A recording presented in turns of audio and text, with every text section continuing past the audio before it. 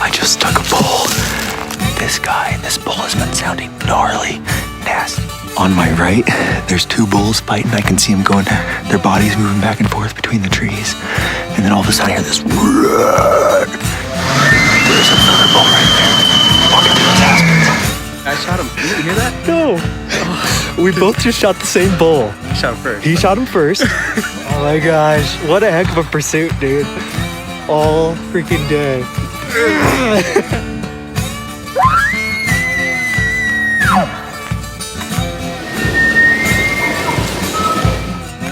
When your buddy calls you, says you got a buck down. And what does he got? A buck down. Look what I found. What a sweet coos, man. Opening day, heck yeah. Way to go, Steve.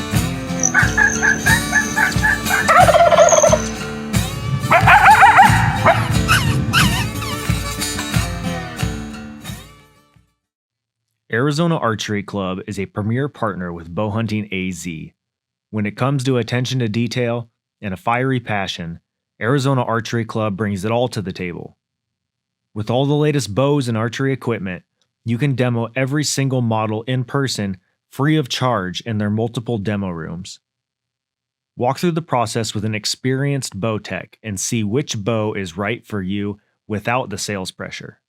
Their indoor archery range offers air-conditioned lanes where you can shoot out to 40 yards.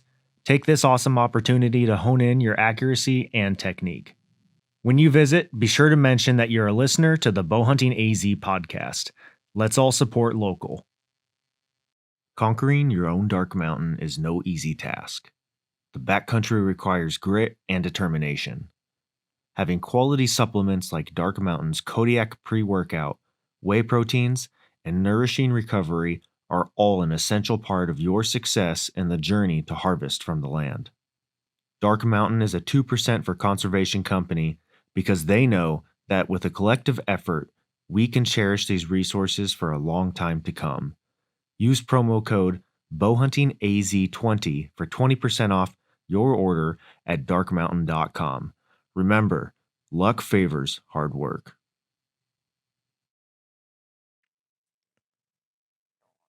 National Automotive Repair is a locally owned and operated auto repair shop in the heart of Phoenix, Arizona. Jake McLaughlin and his team operate their business with a foundation of honesty, quality, and integrity. From routine oil changes to larger mechanical repairs, National Automotive can solve your issues and have you back in operation. The shop is located right off of I-17 and Thunderbird off Sweetwater Avenue, or call Monday through Friday from 8 a.m. to 5:30 at 602-978-3278. Big Iron & Co. is Arizona's premier pressure washing company. Whether it is concrete and driveway oil spot cleaning, soft cleaning of stucco siding, or cleaning solar panels, Big Iron & Co. offers premium services at the most affordable price guaranteed. Big Iron serves the entire state of Arizona. From the valley to the pines in the north, we've got you covered. Big Iron & Co. was born out of the need for traditional American and family values to become part of business once again. We take pride in our families, we take pride in our homes, and we take pride in our neighbors and community. All Bowhunting AZ podcast listeners will receive 20% off every Big Iron & Co. service. On top of that, any Bowhunting AZ listener who schedules their appointment by August 1st will receive an additional 50% off an exterior window cleaning treatment. You can find them on Instagram and Facebook at Big Iron AZ. Give them a call or text at 480-630-1226 or visit them online at bigironco.com to schedule and experience the best in the desert. Hey everyone, welcome to another episode of the Bowhunting AZ podcast. It's August. It's not July anymore. It's August now. August here in Arizona. And of course, next month we've got September, and September brings bugling bulls into our future. So elk is about to start here in Arizona. I know the archery club said that everyone's kind of making a mad dash for getting their bows ready and stuff. So this is perfect timing. Today's episode is going to be called Unleashing the Call of the Wild, conversation with Marc Carlton from Native by Carlton. That name probably sounds familiar to a lot of you guys, as Wayne Carlton is a pretty big icon in the elk calling industry. And Marc is his son and is leading the way for new product, for continuing tradition and everything. So I'm really excited to have Marc here on the podcast. I'm very grateful for your time today. I know you're a family guy as well. You said you were just doing jujitsu with your son. And so daughter. Huh? Oh, daughter. I apologize. Yeah, and, makes it even better. Yeah, it does. That's awesome. I need to get mine into that too, because I've got three girls. So that's pretty cool.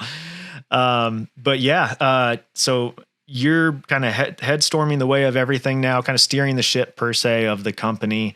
You live out in Colorado, and I just kind of wanted to set the stage for kind of what year did the company start and just the reputation of like producing top quality elk calls. Sure. So Native technically, and it's Native by Carlton. We didn't have game calls on it. We just want to be kind of diverse with what we were. But Native by Carlton started technically in 2015. But we are, like you say, we're family-owned business. It's an offshoot from Wayne Carlton's calls that originated in 1981, 83-ish. I think that thing really caught a gear and got to be known timeline-wise for that. But we definitely are the generational piece of that puzzle, to where we started that back in the early 80s, and we've kind of gone on that ride and merged Wayne Carlton's calls with Hunter Specialties in. We did that roughly about 2000, and then Wayne stayed on with those guys for quite a while, had some really good years, good experiences, and then as time's gone on, they've changed ownership multiple times. They've got a really good group of guys now, but throughout that process, we ended up kind of becoming independent, doing some different things. So Native by Carlton took birth about, like I said, 2015 to 2017, and we're still here kind of going along now. That's awesome. Really getting our feet kind of in the dirt. It took us a few years. To be honest with you, we had some catch up. I think whenever you sell a company and it goes corporate, I think things shift gigantically on the way businesses are run. So when we started Native by Carlton, we were really good at some things like the open reed stuff, the acrylic cow calls, that stuff we were crazy dialed in on. And we had a bunch of new stuff we wanted to do. We wanted to embrace going into acrylics and custom and higher end stuff. The second time around, we really wanted to make better stuff, not just stuff. So we kind of really embraced the custom call shop. But as it's gone on, we're 5-6 years in. We got some new stuff, but it's taken us 5-6 years really doing things and listening to people, and that was the biggest piece right there. We just wanted to listen. We wanted to get some product out there and really listen to all the guys in the woods and get all the negative feedback that we could generate, and there was plenty. It's like anything growing and developing. But I really like where we're at this year. Like this year's been the corner with a bunch of the things that we're doing. Yeah, absolutely. To kind of even backtrack a little bit more, can you tell us the origins of it's now Native by Carlton, but like what was the origin of this whole calling thing? Like I've seen, what's that film now? I'm trying to think of what it's called. Linguist. The Linguists, yeah. If you guys have... Corey did a great...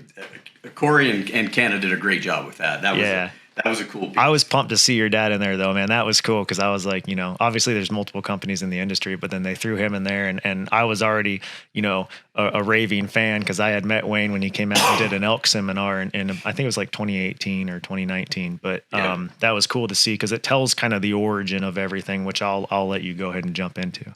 Well, and we'll have to really back up a fair bit there because the calling industry, even the hunting industry, I kind of look at that as a whole. And you and I are truly sitting in, I think, the 5th generation of what the hunting industry is.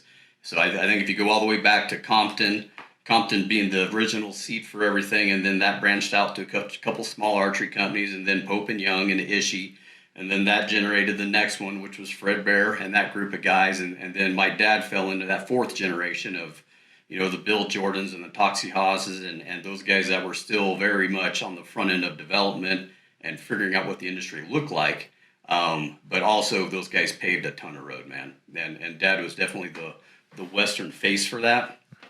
But we always joke about how blessed he truly was. Like that guy, man, got hit by lightning, like of luck, because of just the things that took place for him. So this goes back as far back as like the first diaphragm turkey call he ever saw was with, you know, and I'm sure it was one of those deals like guys just get talking like, hey man, if you do this and do that, you know, you can make this and do these sounds. And so his first diaphragm call he ever saw, and he's just a kid, was from an uncle, and he had taken a lead top to a toothpaste tube. Back in the day when toothpaste was safe, they put them in lead tubes. And they had filed out, you know, a big horseshoe clamp, and they took it and sandwiched in a piece of condom in between that lead top and then put duct tape all the way around it. And that was the first diaphragm call he ever saw. So really, when you look at the industry, man, we've been making diaphragm mouth calls for roughly 60, 70 years. Wow. On doing that. So I mean, it's been around a long time. But that was his origins was turkey stuff. So we moved to Colorado in '75, and he had taken everything that he knew from the turkey world, because that was his wheelhouse. And he was just a southern redneck guy, uneducated, and he was a salesman at a pest control company. And they found their way to Colorado just doing guy hunting trips. Like, hey man, good job working all year. We're going to go to Colorado. We're going to go hunting for a week. So about the third trip out, he had looked at Colorado and says, man, I'm done with Florida. I'm packing my bags and we're going. So they literally loaded up, no job, hardly no money, no house, no plan really, which was kind of the way that guy rolls. and they landed here in Montrose, Colorado. And within a few years, you know, in all that process, he had heard a turkey do a kiki run in the woods. Back east, of course. But out here, he hears the same thing. He hears a big, high-pitch, high shrill whistle. And, you know, it's human nature that if you see or hear something, it automatically registers to what you know.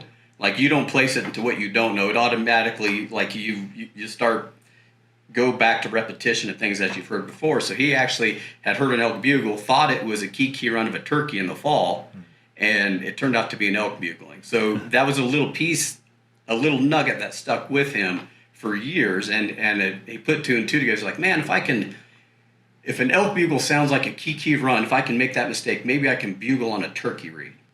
So he grabbed a double reed turkey call, and he had learned to call an elk on a turkey reed. But you think about that, man. At the time, all we had was like those little corrugated copper pipes that were dual ended. All they did was whistle. That was it. There was nothing else in play at the time.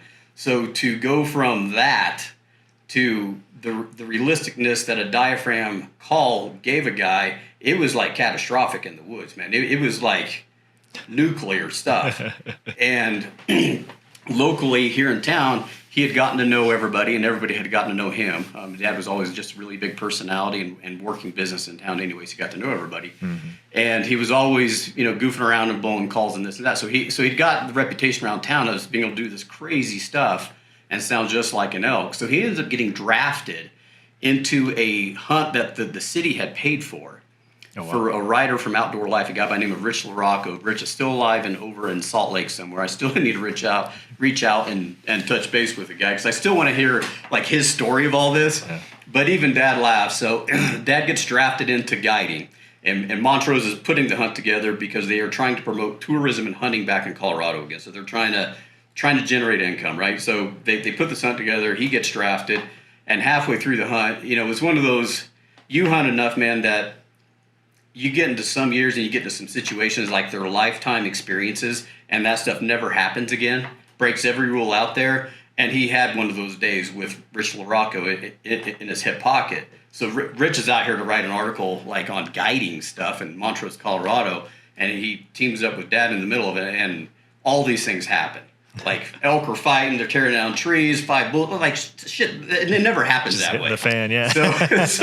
So Rich sees the handwriting on the wall. And he pulls Dad aside. He's like, "Hey man, I don't know how much you like doing pest control stuff." And we had started a business doing what he knew was pest control. Right. So when we came out here, he peddled for a couple of years and then ended up back in the pest control company and just started his own business.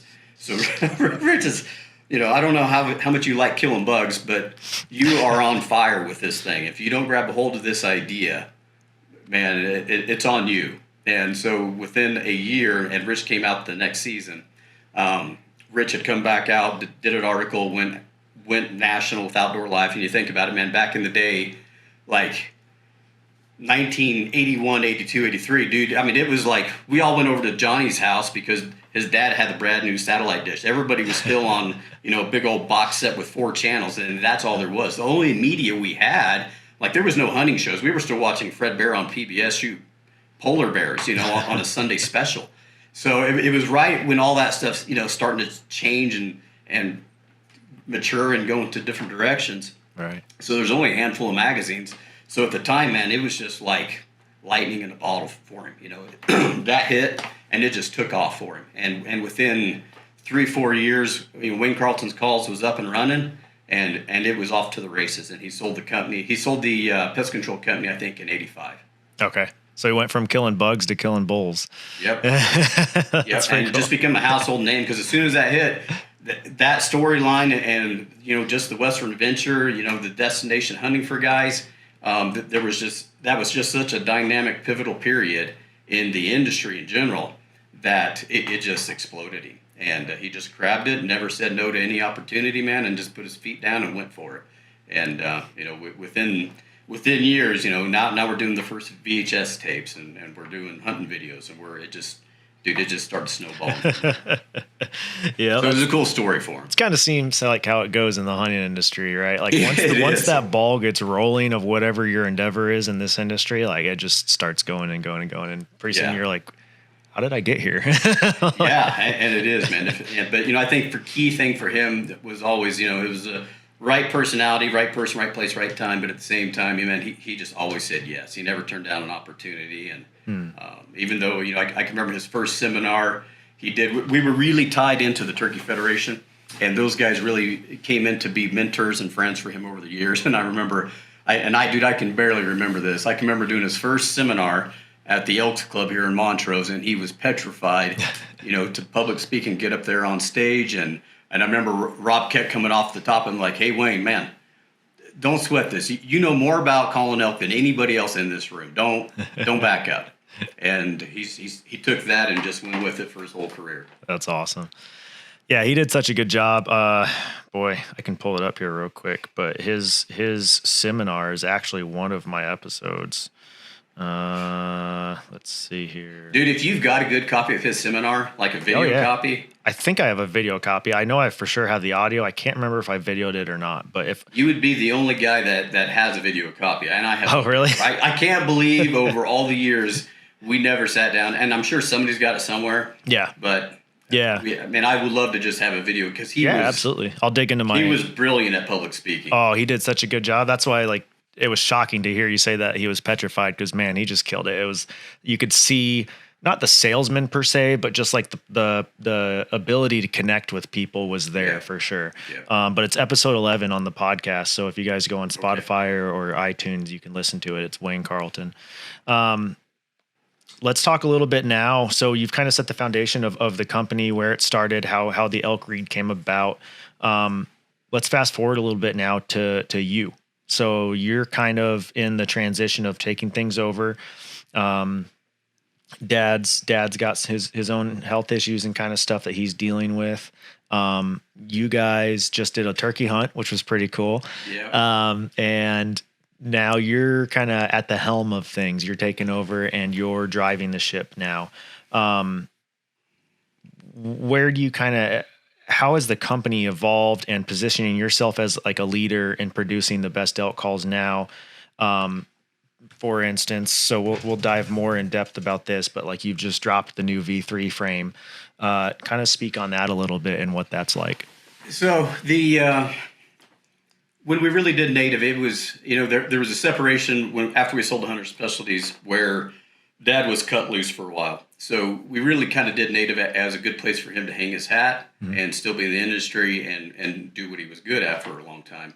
It's matured now to where it's turned into a business. Now we got to do something with it.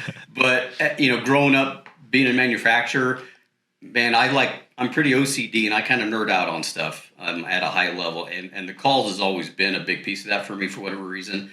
But we're always innovating. We're always designing. I don't know if we've matured so much. Like, we were talking before we pushed record, the industry has really matured. Like we've gone through innovation, we've gone through the patent years. Like there's not many patents in the industry anymore. I think that era is kind of over.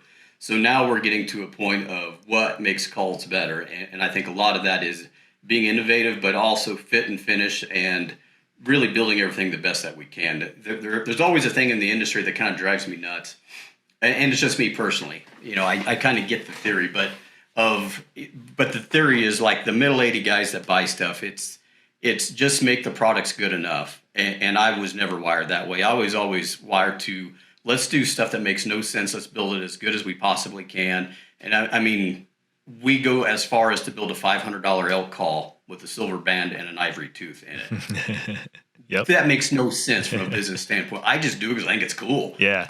That's the only reason I do it, man. It's just it feeds my creative juices, and I think it's neat. So we do a lot of that stuff, but we really are built on trying to build stuff as good as we can. That's kind of been the motto, man. I never want to hear it's good enough. I want to make sure we drive that thing as far as we can. Yep. What challenges have you kind of faced along the way? I mean, how many attempts of reeds have you thrown out in the trash can? Or like what other speed bumps are there just in running a business like this? So a couple things. We've fallen from grace whenever, over the years, after going corporate, you lose some innovation and you lose some drive, you lose some money. There's so many fingers in the pie that it's really hard to be innovative. So I feel like we've been catching up for the last 7 years. We had some stuff that we came out with. Some of it was new. Some of it was really good ideas. We knew we could do the open reed stuff, the acrylics, the burl woods. I knew I could knock that out of the park. Where we had to catch up on was some of the diaphragm design. The newer tape that we're doing, and I think that was next level. And I still think we're ahead of the curve on that one. I still think we're 5 years too early. But, you know, it's still innovative and it's new, it's durable, it lasts longer than a bunch of other options out there. But like the frame we did, the Rip It frame was good, but we still had, you know, some negative pushback on fit or, you know, durability. We had some things that we had to adjust there. So when we did the V3, you know, we had 7 years of all feedback to really go off of, you know, and so when we did that product, we did that design, we try to answer, you know, all the questions coming at us and the requests. So we made one frame that ran really, really well, and we did it in a small, we did it in a medium, and we did it in a large, because I think the first question that comes up as an elk caller and what makes you successful is finding what fits. I think that's the number one thing out of the box. And then I think after that, you know, now we've opened it up to where we have options of tape, we have options of size. We've kept the latex super simple. Manufacturing wise, I think a bunch of us get caught up, and we did too. You get caught up in trying to feed the box store guys. Every year they want something new. So after a while, man, like you built your best stuff and now they want something new for that year. So you end up trying to come up with stuff. And it's hard, especially when you put your best foot forward out of the gate, it's hard to match that as you go. So then you get a company, and we've been part of it.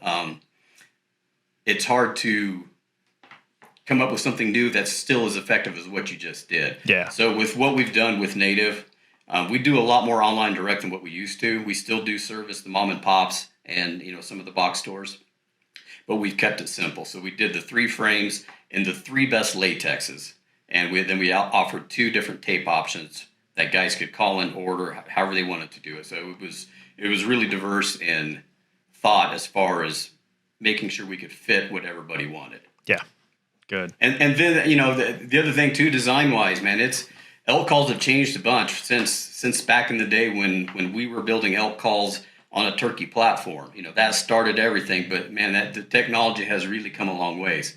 And now I think tubes make a big difference. Mouthpieces fit, back pressure in the tube. Like these are all big pieces of the conversation, to where guys not only need to find a reed that fits, but now they need to find a grunt tube that fits them and performs well with that reed. So if it's a really big, if you're a big Al Morris, man, and you're sitting, I mean, you know, Big Al, he's a big dude, man. He needs as much of a tube as he can get. He wants a huge mouthpiece. He wants that guy put some volume out. Versus me, man, I'm 5'7", 155 pounds. You know, I'm going to run something different.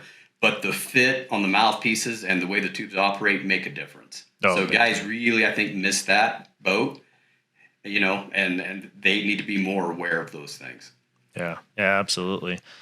Yeah, that's what's crazy, man, is there's so many different I mean, it's like a bow, right? There's so many different uniquenesses out there per hunter and all that stuff. So yeah, there's a bunch of different mouth sizes and everything, but we'll dive into it more. Of course, I keep teasing it, but these V3s, man, I'm pumped with the way those Dude, fit. they have been a blast for me to run. I've been calling.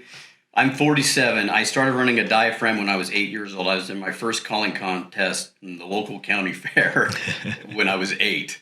So I've been running one a little while. This is the best I've ever called, and it's all been the last 3 years and getting dialed in on those new frames. That V3, man, I can run the bejesus out of that thing. It runs nonstop. Yeah, it's freaking awesome. Kind of transitioning into your personal hunting experiences. Tell us a little bit about some of your elk hunting adventures in the field. Maybe how old were you when you got your first harvest or something like that? Sure. I mean, that's a lengthy one. So it's interesting growing up in the industry. One thing growing up in the industry, you've grown up in the industry, so you don't always put your best foot forward when you're 17 on some things, so you're there a long time. So you got to kind of weather that storm a little bit too. But then you also get sucked into, I really took for granted from day one when we started the business, when I was a kid, the people that I was exposed to. Because I just wasn't exposed to guys on the street learning elk hunt. I was exposed to guys that were phenomenal whitetail guys. They were phenomenal. These were the best guys. And I just kind of by osmosis, you just start gathering this stuff up. And then by the time you hit 18, 19 and you're starting to get out on your own and now you're going and guiding for other outfits and doing other things and spreading your wings a little bit, you start realizing what you had acquired throughout your life. And I ended up becoming more of a guide than anything, for sure. Like Dad got so busy with what he was doing, man, especially as I came up through high school, he got drafted into, man, being Wayne Carlton, like being on top of the mountain as far as being that guy in that time and place in his time window.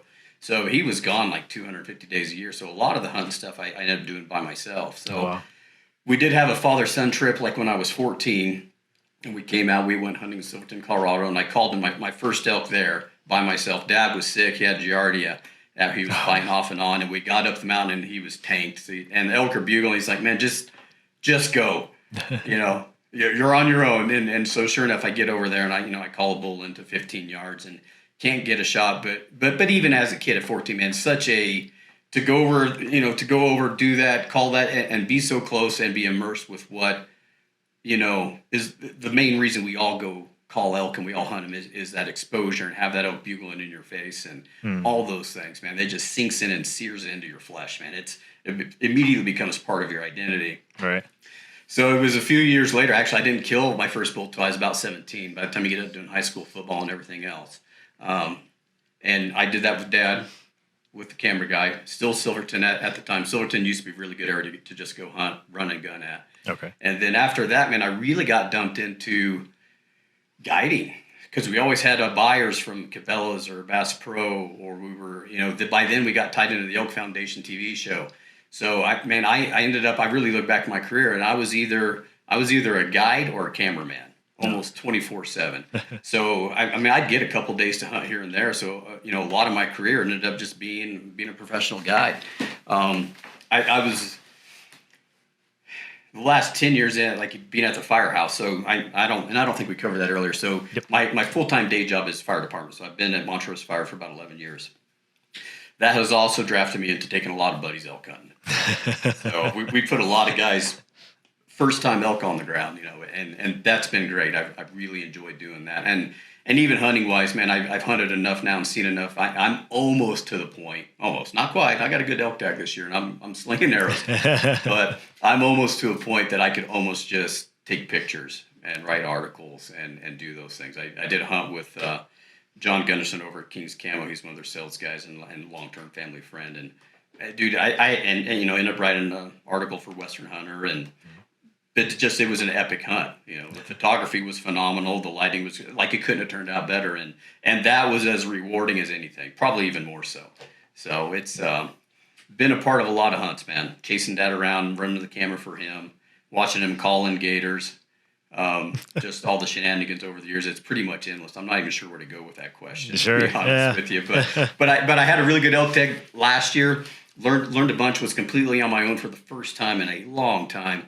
Didn't have anybody, and I usually like September 16th hit. And I had vacation time. I told the wife I'm gone. She goes, "When you coming home?" I don't really know.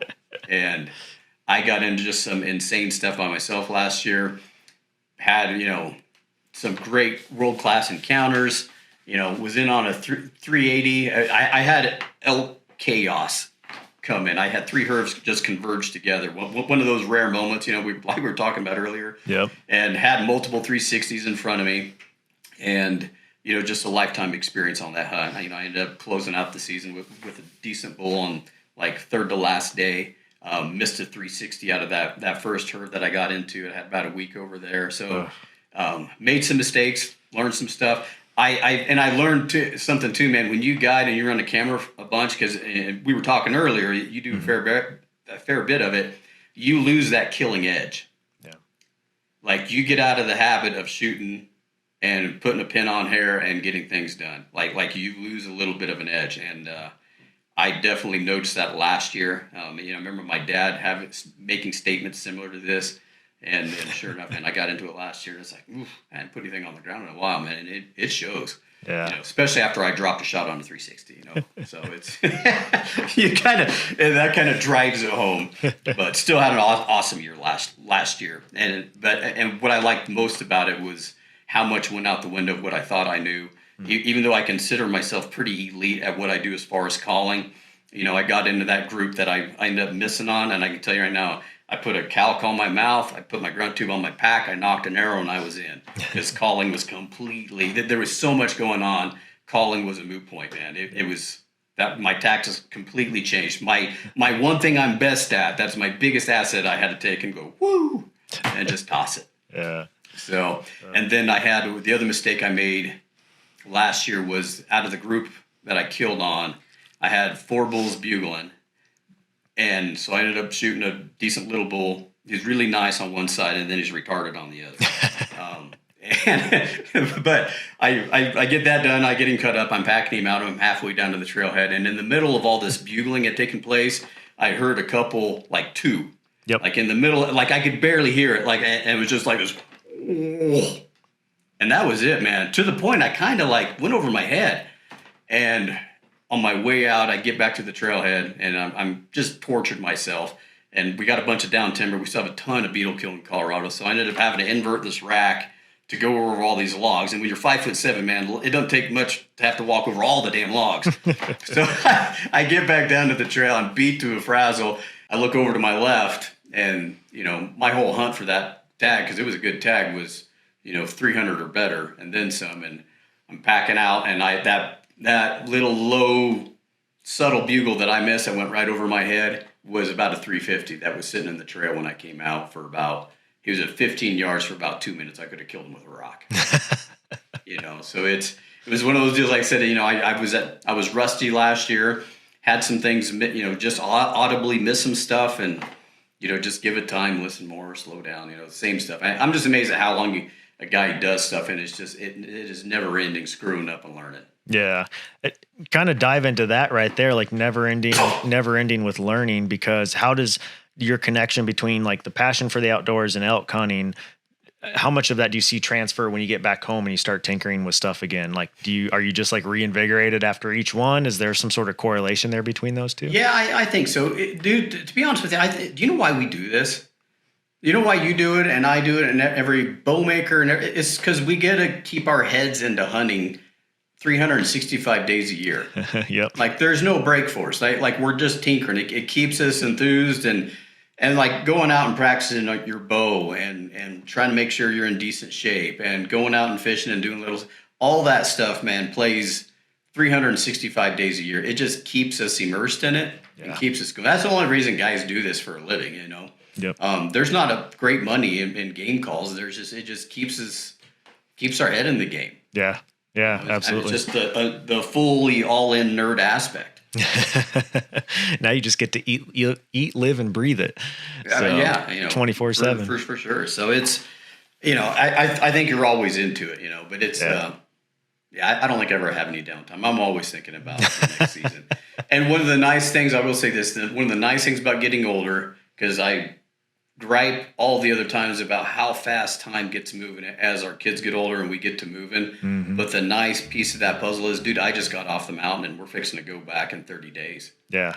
Yep. That's awesome. Yeah. That's the only blessing about getting older and stuff speeding up. The hunt season just get closer together. Yep, absolutely. Well, cool, man. I'm going to put a bow on this first part of the podcast. So this is going to be a 2-part series. So thank you for listening for this week, guys. Marc, thanks for joining me on this first part. Next week, we'll jump into part 2. We're going to kind of cover a little bit about the innovation and the new product release. We'll touch more in depth on the V3. And then we'll kind of touch a little bit as well in segment 4 about the future of just elk calling, future of where you see things going and what you're looking forward to, and how we can implement the V3 a little bit more in our hunting adventures. So appreciate you joining me, man, and we'll see you in part 2. Thank you so much for listening to the Bowhunting AZ podcast. Please be sure to subscribe to the podcast and smash those 5 stars on iTunes or Spotify and leave a little review at the bottom. It'll really help us out. For our short films, go subscribe over on YouTube. Just search Bowhunting AZ. Don't forget to follow us on Instagram and Facebook at Bowhunting AZ. Good luck to everyone this season. Thank you again for listening. We'll catch you in the next episode.